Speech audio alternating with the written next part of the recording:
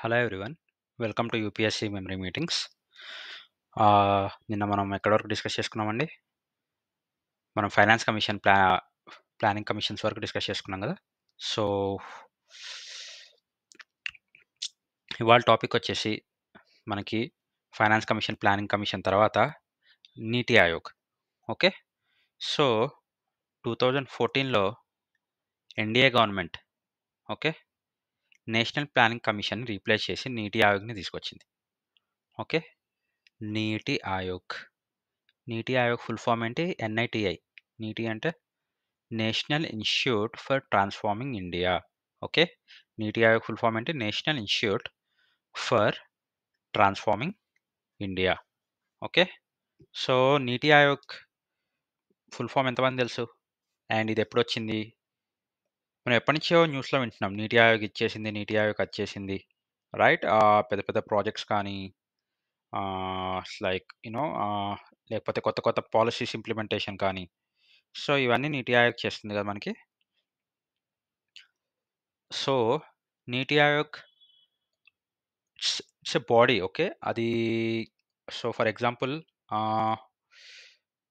Like it's not a finance body, but it's a government organised body. Okay. ఈ బాడీలో different different you know respectable positions నుంచి members ఉంటారు. CMs ఉంటారు, governing council, regional council members ఉంటారనమాట. Okay. Next, so NITI Aayog గురించి తెలుసుకున్నాక national institute for transforming India. ఆ తర్వాత దీనిలో కొన్ని కీ ఇనిషియేటివ్స్ ఉంటాయి. ఓకే. టెక్నాలజీ ఇన్నోవేషన్ హబ్ ఇనిషియేటివ్స్లో ఏంటి? ఒకటి టెక్నాలజీ ఇన్నోవేషన్ హబ్, TIH. ఇది technology innovation hub. Okay. Next KIH అంటే knowledge innovation hub, right? Technology innovation hub, knowledge innovation hub అనేవి నీతి ఆయోగ్ యొక్క ఇనిషియేటివ్స్ అనమాట. Okay. So technology innovation hub దీనికి కొన్ని రూల్స్ ఉన్నాయి. నాలెడ్జ్ ఇన్నోవేషన్ హబ్ దీనికి కొన్ని రూల్స్ ఉన్నాయి. ఓకే. సో బేసిక్గా రూల్స్ అంటే ఏదైనా ఒక బాడీ లైక్ దాన్ని గవర్నమెంట్ అనేది ఎస్టాబ్లిష్ చేసిందంటే it's mostly for the development. కానీ ఆ డెవలప్మెంట్లో ఇవి ఒక 2 కేటగిరీస్ కింద సెగ్రిగేట్ చేశారు. ఒకటి టెక్నాలజీ ఇన్నోవేషన్ హబ్, ఒకటి నాలెడ్జ్ ఇన్నోవేషన్ హబ్ కదా. సో టెక్నాలజీ ఇన్నోవేషన్ హబ్ ఏంటంటే రీసెర్చ్ కోసం, ఇన్నోవేషన్ కోసం. ఓకే. రీసెర్చ్, ఇన్నోవేషన్, ఎంటర్‌ప్రెన్యూర్‌షిప్, ఇంకా ఇట్స్ లైక్ మామూలుగా టెక్నాలజీలో ఇన్వెస్ట్‌మెంట్స్ అనుకుందాం. టెక్నాలజీలో రిసర్చ్. టెక్నాలజీ ఇన్నోవేషన్ హబ్ కదా. సో టెక్నాలజీలో రిసర్చ్. Got it? ఇప్పుడు ఫర్ ఎగ్జాంపుల్ ఇవాల్టి కరెంట్ సిట్యుయేషన్‌లో ఇండియా గవర్నమెంటే ఉంది కదా. సో ఇప్పుడు వాళ్ళు హైపోథెటికల్‌గా అనుకుందాం, ఏ టాపిక్స్ మీద రిసర్చ్ చేస్తుండొచ్చు. సో ఇవాల్టి ఏఐ గాని, రోబోటిక్స్, ఐఓటీ, సైబర్ సెక్యూరిటీ వీటి మీద రిసర్చ్ చేయొచ్చు, రైట్? సో వీళ్ళ స్టూడెంట్స్ ఐఐటీస్, ఎన్ఐటీస్, ట్రిపుల్ ఐటీస్‌లో ఉంటారు, రైట్? వీళ్ళు డెవలప్మెంట్ సెంటర్స్‌లో కాంట్రిబ్యూట్ చేస్తారు వాళ్ళ ఇన్పుట్స్ ఇచ్చి గవర్నమెంట్‌కి. ఓకే. అవి యూజ్ చేసుకొని గవర్నమెంట్ ఎలా వర్క్ చేయొచ్చు, డే టు డే అడ్మినిస్ట్రేషన్స్ ఎలా చేయొచ్చు, ఎలా ఇండియాని డెవలప్ చేయొచ్చు అనేది మెయిన్ కాన్సెప్ట్ ఉంటుంది. దేనికి? ఇది టెక్నాలజీ ఇన్నోవేషన్ హబ్‌కి. ఇంకోటి ఏమనుకున్నాం? నాలెడ్జ్ ఇన్నోవేషన్ హబ్, KIH కదా. Knowledge innovation hub, right? ఇది ఏంటంటే బేసిక్‌గా ఇన్నోవేషన్ ఇన్ వేరియస్ సెక్టార్స్. కానీ it's not innovation like technology. మనం ఇందాక ఇన్నోవేషన్ టెక్నాలజీ ఎలాగో అలా కాదు ఇది.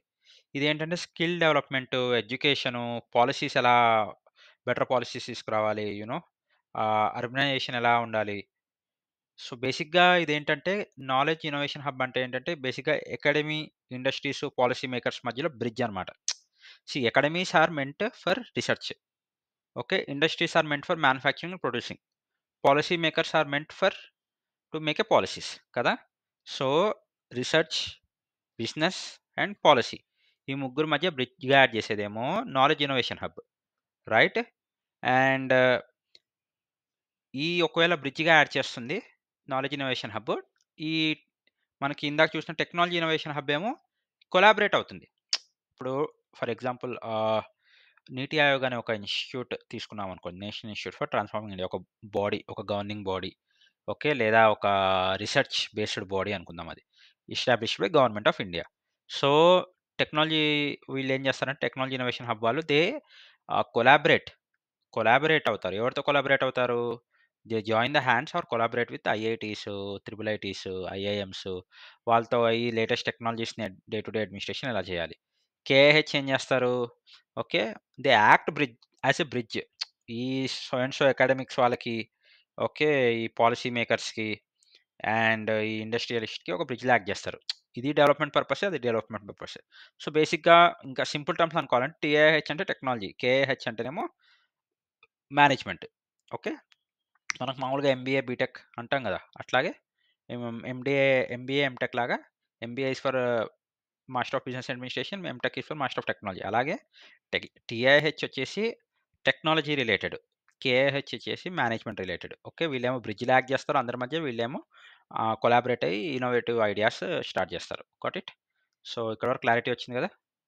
నెక్స్ట్ ఈ ఫైనాన్స్ రిలేటెడ్ మ్యాటర్స్ వీళ్ళేమి ఇన్వాల్వ్ అవ్వరు. మన ఫైనాన్స్ కమిషన్ ఇన్వాల్వ్ అయినట్టు. ఓకే.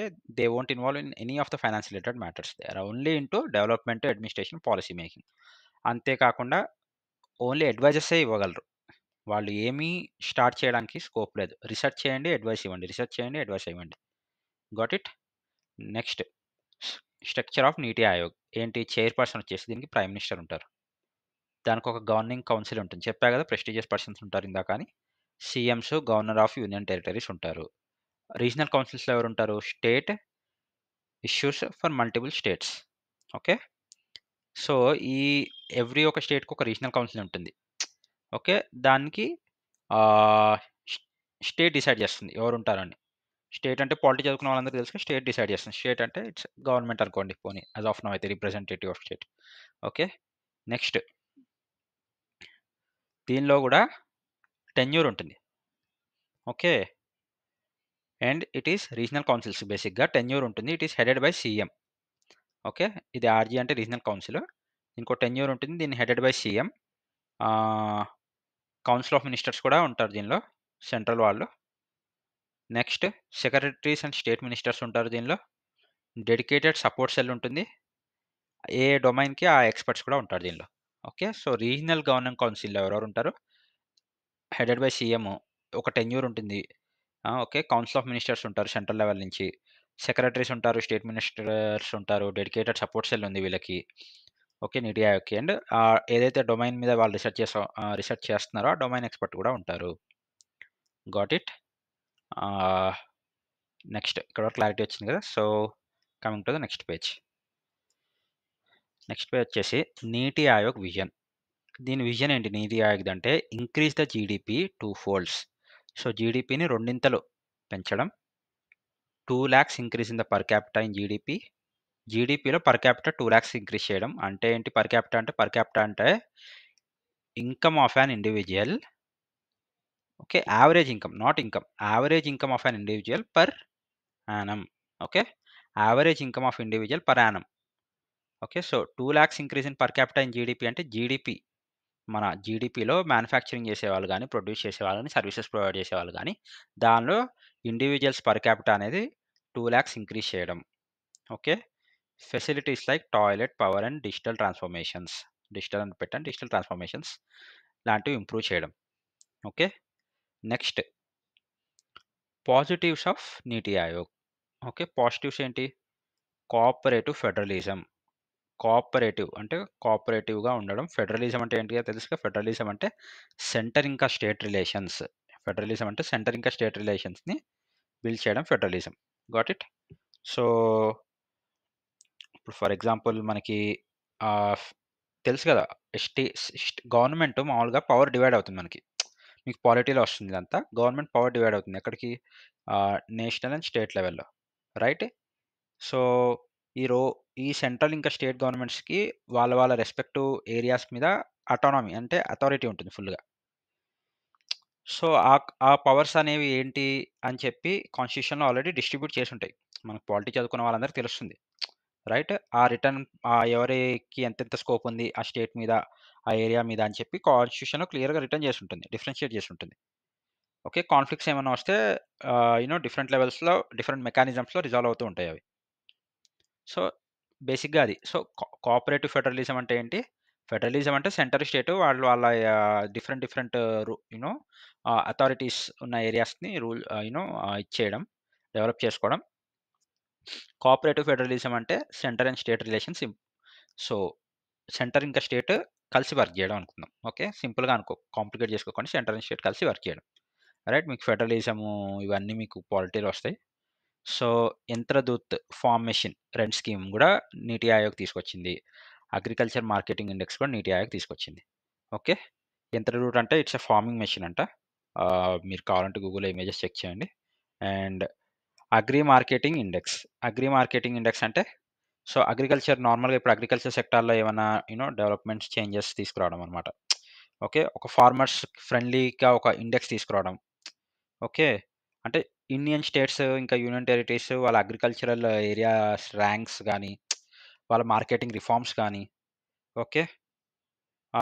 స్టేట్ ఎంతవరకు ఏమంటారు స్టేట్స్ ఎంతవరకు ఇంప్లిమెంట్ చేస్తున్నాయి అగ్రికల్చర్ రిఫార్మ్స్ గాని, అగ్రికల్చర్ మార్కెటింగ్ గాని, ఓకే. పాలిసీస్ ఎంతవరకు బాగా అడాప్ట్ చేసుకుంటున్నాయి. ఓకే. వాళ్ళ ఇన్‌కమ్ ప్రాస్పెక్ట్స్ ఎలా ఉన్నాయి? సో, అలా అన్నమాట. సో, పారామీటర్స్ ఉంటాయి దానిలో గూడా అగ్రికల్చర్ మార్కెటింగ్‌లో. అంటే ఇప్పుడు నార్మల్‌గా ఫార్మర్స్ ఎలా సెల్ చేస్తున్నారు? వాళ్ళ ప్రొడ్యూస్డ్ గూడ్స్ గాని, లేకపోతే ప్రొడ్యూస్డ్ వాటెవర్ ఇట్ ఈస్ వాళ్ళ ప్రొడ్యూస్డ్ వీట్ కానీ, రైస్ కానీ సో, అది. సో, డైరెక్ట్‌గా బయర్స్‌తో ఇస్తున్నారా? ఇంటర్మీడియేటరీస్ ఉన్నారా? ఈ ట్రేడింగ్ ప్లాట్‌ఫార్మ్స్ ఉండడము. ఇనామ్ లాంటి ట్రేడింగ్ ప్లాట్‌ఫార్మ్స్ ఉంటాయి. సో, మీకు ఇవన్నీ కరెంట్ అఫైర్స్‌లో వస్తాయి. ఇనామ్ అని చెప్పి సో, ఇనామ్ లాంటివి ఉన్నాయి. ట్రెడ్స్ అని చెప్పి మనము సిలబస్ వీడియోలో కూడా డిస్కస్ చేసుకున్నాం గదా! ట్రెడ్స్ కూడా it's a platform related to agri అనమాట. మీకు ముందు ముందు చెప్తాను దాని గురించి. ENAM, eNAM, TReDS etcetera. Next tax structures వాళ్ళు సింప్లిఫై చేయడము. అదే కాకుండా యూనిఫైడ్ లైసెన్స్ అంటే అందరికి ఒక లైసెన్స్ తీసుకురావడము ట్రేడర్స్‌కి. ఓకే. మండీస్ అని చెప్పి ఒక కొన్ని years back farmers versus government issues వచ్చినాయి గదా! ఈ మండీస్ మధ్యలో ఉన్నాయి. ఈ మండీస్ ఎఫెక్ట్ అవుతారు. సో, డైరెక్ట్‌గా you know farmer to seller ఉంటుంది. ఇలా చాలా ఇష్యూస్ వచ్చినాయి గదా! సో, మధ్యలో మండీస్‌కి లైసెన్సింగ్ ఉంటదనమాట మండీ పెట్టాలంటే. సో, ఆ లైసెన్సింగ్ ఇష్యూస్, మార్కెట్ ఫీ రేషనలైజేషన్స్ అంటే నార్మల్‌గా మార్కెట్ ఫీ రేషనలైజేషన్ అంటే మనకి అంటే ఈక్విటబుల్‌గా ఉండడం అందరికి. ఇప్పుడు ఫర్ ఎగ్జాంపుల్ ఒకళ్ళకి ఎక్కువ అమ్మారు, ఒకళ్ళు తక్కువ అమ్మారు అలా కాకుండా ఈక్విటబుల్‌గా ఉండడం. సో, ఇలా మల్టిపుల్ ఉంటాయన్నమాట. సో, ఇవన్నీ అగ్రి మార్కెటింగ్ ఇండెక్స్ కిందకొస్తాయి. ఐయామ్ సారీ నేను స్ట్రెచ్ చేశాను ఈ topic. But yeah! This is చాలా ఇంట్రెస్టింగ్ టాపిక్. మనకి అండ్ నేను ప్రిపేర్ అవుతున్న టైంలో మనకి ఫార్మర్ ఇష్యూస్‌ను, ఫార్మర్ వర్సెస్ గవర్నమెంట్ ఇష్యూస్ వచ్చినప్పుడు నేను దీని మీద చాలా చదివాను కరెంట్ అఫైర్స్‌లో. సో, అందుకే నేను మీకు చెప్పగలుగుతున్నాను ఇది. నెక్స్ట్ ఇష్యూస్ ఆర్ ఓన్లీ అడ్వైజర్‌గా ఉండడం దాని ఇష్యూ. సెంటర్ డామినేషన్ ఉంటుంది చాలా. అండ్ చాలా వరకు బయాస్ డెసిషన్స్ ఉంటాయి. Got it? ఇవి నెగెటివ్స్ అన్నమాట. ఇష్యూస్ కంటే అనుకునే బదులు మనం we can think these are negative. Okay. ఇవన్నీ నెగెటివ్స్. Got it? సో, ఇది నీతి ఆయోగ్. హోప్ మీకు క్లియర్ అయిందనుకుంటా గదా! ఆహ్, సో, చాలా చిన్న topic NITI Aayog but important topic. ఇంకేమైనా డౌట్స్ ఉంటే కామెంట్స్‌లో మెన్షన్ చేయండి. అండ్ అలాగే చాలామంది వ్యూ చేస్తున్నారండి వీడియోస్ బట్ ఎవరు సబ్స్క్రైబ్ చేయట్లేదు. కైండ్లీ సబ్స్క్రైబ్ చేయండి, షేర్ చేయండి. తెలుగు యాస్పిరెంట్స్ ఎక్కడున్నా తెలంగాణకి ప్రిపేర్ అవుతున్నా, ఎస్ఎస్‌సికి ప్రిపేర్ అవుతున్నా, ఆహ్, ఏపీపీఎస్‌సికి ప్రిపేర్ అవుతున్నా. Please do share the videos. ఆహ్, ఇంతకంటే క్లియర్‌గా చెప్పేవాళ్ళు లేదా ఇంతకంటే క్లియర్‌గా చెప్దాము అనుకునేవాళ్ళు నాకు తెలిసి నా అంత ఎఫర్ట్ ఆహ్, పెడుతున్నారో లేదో నాకు తెలీదు. బట్ నేను మాత్రం నా 99.9% ఎఫర్ట్ పెడుతున్నానండి. 100% ఎఫర్ట్ పెడుతున్నాను. సో దట్ మీ వరకు ఈ వీడియోస్ చేరాలని మీకు చాలా యూ నో కాన్సెప్ట్ ఓరియెంటెడ్‌గా అర్థమైపోవాలి. ఓకే. అచ్చా! యూపీఎస్‌సీ మెమరీ మీటింగ్స్ వాళ్ళు చెప్తున్నారు అంటే అది మన మైండ్‌లోకెళ్ళిపోతున్న టాపిక్ అని రిజిస్టర్ అయిపోవాలి అని అన్నంత రిసర్చ్ చేసి, అన్నంత ప్రిపేర్ అయ్యి నేను మీకు చెప్తున్నానండి. సో హోప్‌ఫుల్లీ మీకు ఆ లెవెల్‌లోనే క్లారిటీ ఉంటుందనుకుంటున్నాను. సో, దయచేసి షేర్ చేయండి, సబ్స్క్రైబ్ చేయండి. And thank you very much. Have a great day. By.